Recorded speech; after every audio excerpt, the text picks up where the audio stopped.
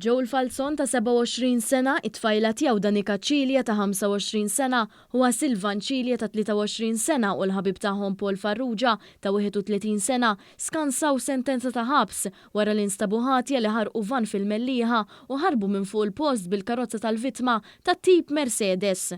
Il-pulizija rċivew rapporti dwar karozza li kienet qed taqbad fi triq Selmun, iżda meta l-uffiċjali waslu fuq il-post lemħu l-karozza Mercedes titlaq minn fuq il-post. Is-sewwieq tal-karozza twaqqaf wara operazzjoni twila bil-karozzi u ġew arrestati is-suspettati kollha.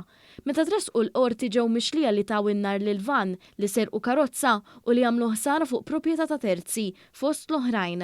L-imputati wieġbu li huma ħatja għal xi akkużi fil-waqt li ċaħdu oħrajn.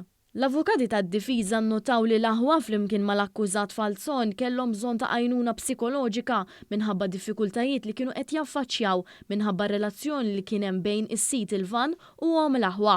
Fil-fatt waqt is-smieħ tal-kawża ħareġ biċċar mill-evidenza li l-grupp tal-akkużati kienu ppjanaw biex il-van jagħtuh in-nar bħala tpattija. Qabel tagħti is-sentenza tagħha l-Maġistrat Gabriella Vella ta' tħarsa lejn l-apporti ta' uffiċjali tal-probation li fihom kien hemm diversi rakkomandazzjonijiet. Falzon ingħata 200 siegħa ta' xogħol fil-komunità u projbizzjoni ta' 3 xhur mis-sewqan. Danica Cilja ngħatat sentenza ta' 2 probation u ordni ta' trattament fil-waqt li huwa ngħata ordni simili għal 3 snin sħaħ. Intant Farrugia ngħata 100 siegħa ta' xogħol fil-komunità u ngħata ordni ta' trattament għal 2 biex jgħinuh jindirizza problemi personali. Dan fil-waqt li l-akkużati kollha ġew ordnati biex iħallsu ftit anqas minn 2000 euro fi spejjeż tal-qorti.